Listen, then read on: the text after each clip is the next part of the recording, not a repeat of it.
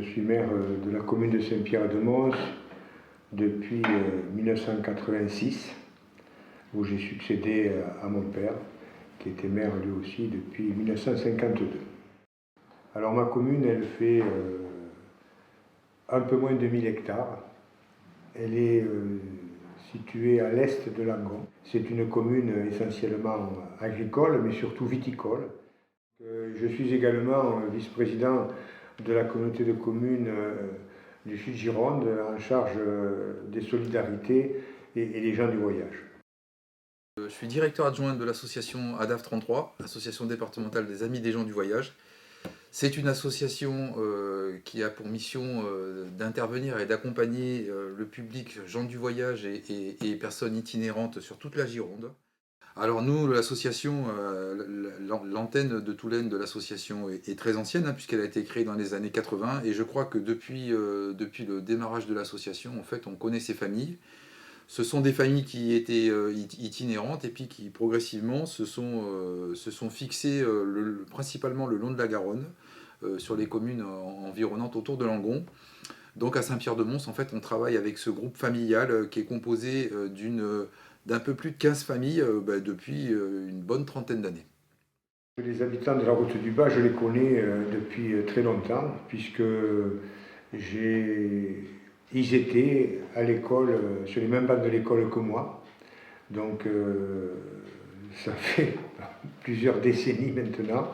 Et j'ai coutume de dire que mes enfants, mes filles sont allés à l'école avec les enfants de ceux qui étaient avec moi et mes petits-enfants après. Donc les habitants de la route du Bas, comme vous les appelez, ils se considèrent et ils sont considérés aussi comme des Pierremontoises et des Pierremontois.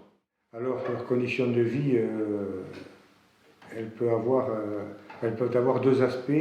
Un côté plutôt agréable l'été, quand être en bordure de Garonne avec la chaleur, etc., dans un espace ombragé, à proximité de l'eau, peut représenter quelques avantages. Sauf que ça se transforme vite dans des conditions beaucoup plus difficiles quand arrive l'hiver et les crues de la Garonne qui peuvent être se dénombrer, ça dépend des années bien évidemment, mais peut-être plusieurs fois, 3 ou 4 fois, et très tôt aussi en début d'hiver. Voilà, alors après, ça c'est l'aspect plutôt dangereux, je vais dire, mais l'autre aspect aussi qui est important, c'est le fait d'être sur un site qui est insalubre, parce qu'ils ont accès à l'eau et à l'électricité, mais de façon pas très régulière pour l'électricité, donc voilà, avec des branchements qui peuvent être dangereux, etc. Donc la vie là-bas, pour eux, est devenue de plus en plus compliquée. Depuis 20 ans, je les entends dire tout le temps Fabrice, ça va pas, on n'est pas bien ici, c'est dangereux pour les enfants, c'est dangereux pour nous quand la Garonne monte, et on voudrait vraiment accéder à davantage de confort et avoir un lieu qui soit sécure, qui nous permette d'être mieux reconnus comme des habitants de Saint-Pierre-de-Mons, et puis de vivre une vie plus confortable, puisque ce sont des familles qui vivent en caravane encore aujourd'hui, mais qui pour autant se déplacent très très peu. Donc l'idée est venue vraiment des besoins des habitants, et puis elle est venue aussi de plusieurs initiatives, puisque en Gironde, grâce au soutien des acteurs institutionnels que représentent l'État, le département, la caisse d'allocation familiale et les élus bien sûr de plusieurs communes, nous avons déjà réussi à réaliser plusieurs opérations de sédentarisation de familles du voyage qui souvent sont reprises à titre d'exemple au niveau national. Donc tout autour de nous, on avait déjà des exemples probants et réussis d'opérations de ce type.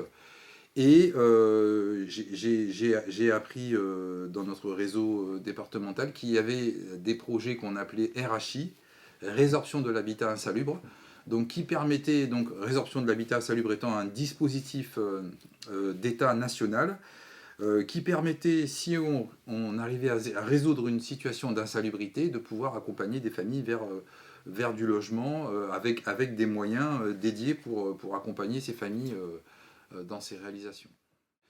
Alors la première rencontre s'est organisée assez simplement. En fait, j'ai parlé de ce dispositif à Monsieur Labaille, hein, qui est le maire de Saint-Pierre-de-Mons, qui m'a dit ah ben oui, effectivement ça peut être intéressant, ça peut coller avec le projet qu'on veut réaliser. Et, et donc nous on travaillait déjà avec Luc Monin qui est l'architecte, et donc on a convenu de se rencontrer pour évoquer les possibilités et les perspectives de réaliser un projet de RHI sur ce terrain. Donc, je suis Luc Monin et je suis architecte et je pilote un bureau d'études qu'on appelle d'ingénierie sociale qui s'appelle CATS. Ça veut dire qu'à un moment donné, j'ai bien compris, puisqu'à l'époque, c'est que le boulot que je faisais avec les associations qui étaient informelles au départ, si on voulait travailler dans la durée, il fallait que ça devienne quelque chose de plus structuré, et donc qu'on se dote d'une équipe non pas d'architectes qui poseraient des questions, mais pluridisciplinaires qui seraient capables de travailler de l'amont à l'aval des projets pour que, je dirais, le dessin et les travaux ne soient que les porteurs d'un échange avec les familles et d'un décodage avec des professionnels et des gens qui sont capables de les accompagner, avec des tâtonnements qui ont illustré ce genre de test de structure, mais voilà. Quel rôle? Moi, je suis un peu un porte-plume dans l'histoire. Hein. Le projet, ça a été d'identifier le besoin et une piste de travail. Mon premier rôle, ça a été celui-là, de trouver des moyens et de les mobiliser autour du projet, et donc d'initier le partenariat avec la DAV, la collectivité, l'État pour monter le projet. Et je dirais peut-être un peu comme un capitaine d'une équipe sportive, j'ai fédéré autour de cette idée un certain nombre d'acteurs qui ont des rôles complémentaires et de même valeur. C'est-à-dire qu'il n'y a pas de question de valeur. L'architecte n'est pas le chef du sociologue qui lui-même est le chef de l'assistante sociale et qui sera la chef des familles. Ça n'existe pas. On a des familles qui sont les auteurs du projet. Et nous, on doit être capable, à nos niveaux, de traduire et de disséquer les contradictions pour en faire une vérité. Alors nous, notre rôle dans ce projet, c'est déjà dans un premier temps de pouvoir faire le lien entre les besoins des familles, entre ce qu'elles nous disent, entre comment elles vivent les situations et les dispositifs des politiques publiques et leurs acteurs. Il s'agit de traduire leurs besoins, leurs envies en un dispositif ou un projet, en sachant que tous ces dispositifs-là ont une forme de temporalité qui est relativement longue. En général, on est sur des temporalités d'une durée de 5 ans à peu près. Donc entre le moment où vous dites aux familles on va construire peut-être quelque chose pour vous, et 5 ans après la réalisation, ça veut dire qu'il faut préparer les familles, il faut les accompagner, il faut des fois aussi leur donner une idée de ce que c'est, de ce qu'est la temporalité. Donc ça, c'est notre premier rôle, hein, c'est vraiment faire le lien avec les familles. Et puis ensuite, bien sûr, c'est participer en tant qu'acteurs sociaux, en tant que travailleurs sociaux, à des programmes qui vont mettre autour de la table des urbanistes, des architectes, des constructeurs, des élus. Donc il s'agit, nous, de pouvoir faire valoir les besoins des familles et d'essayer de faire en sorte que les programmes et les projets soient le plus adaptés aux demandes des familles et à la façon dont on peut les accompagner vers cette... par exemple, là, à terme, ils deviendront locataires d'un lotissement. Donc l'idée, notre travail, c'est vraiment de les préparer à pouvoir, à terme, devenir des locataires. Je dirais la première étape, c'était la connaissance qu'en avait la DAV et qui nous a permis rapidement de travailler sur l'identification de structures de sous-organisation interne dans une logique de mise à l'abri. Parce que effectivement, on l'a vu cette année, hein, ils ont quand même quitté 4 fois ou 3 fois, je ne sais plus, le site où ils sont, parce que la Garonne s'y était invitée. Donc un site éminemment dangereux. Donc effectivement il n'y avait pas de voisins, ça gênait personne, mais qui ne permet pas de travailler dans la sérénité et qui ne permet pas d'attendre qu'on ait fait des projets. Or, on sait qu'on ne doit pas travailler dans l'urgence parce qu'on doit travailler sur le bon produit. Et pour travailler sur le bon produit, il nous faut du temps. Et que ce temps-là, on l'aura dans la sérénité. Donc la première chose, ça a été de travailler avec la communauté de communes et le maire principalement pour trouver un terrain, l'aménager, trouver les financements pour l'aménager de façon temporaire, de façon à ce que les gens y soient à l'abri et qu'on ait un espace pour travailler dans la durée avec elles. Alors ce terrain, ça s'est fait assez bizarrement.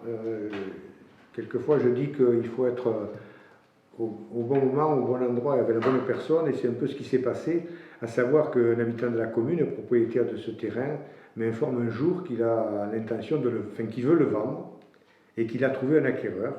Et il me dit que cet acquéreur, c'est quelqu'un de la communauté des gens du voyage. Donc je demande à ce vendeur, je dis, est-ce que tu as besoin de ça immédiatement? Non, il me dit, mais j'ai décidé de vendre. Donc bon, je lui dis, écoute, on va, si tu me le permets, on va prendre un peu de temps, et puis je vais essayer de te proposer quelque chose. Donc, et c'est là qu'avec Luc Moulin, Luc m'informe d'une solution avec le RHI, la résorption de l'habitat insalubre, ce type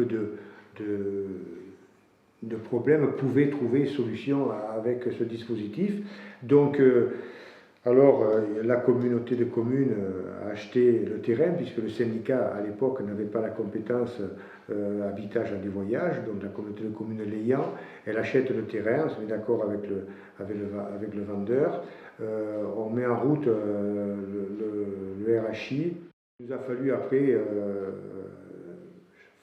pas franchir des obstacles, mais adapter la situation, à savoir que ce terrain n'était pas constructible. Il a fallu modifier notre plan local d'urbanisme, l'ouvrir à l'urbanisation en créant une STECAL.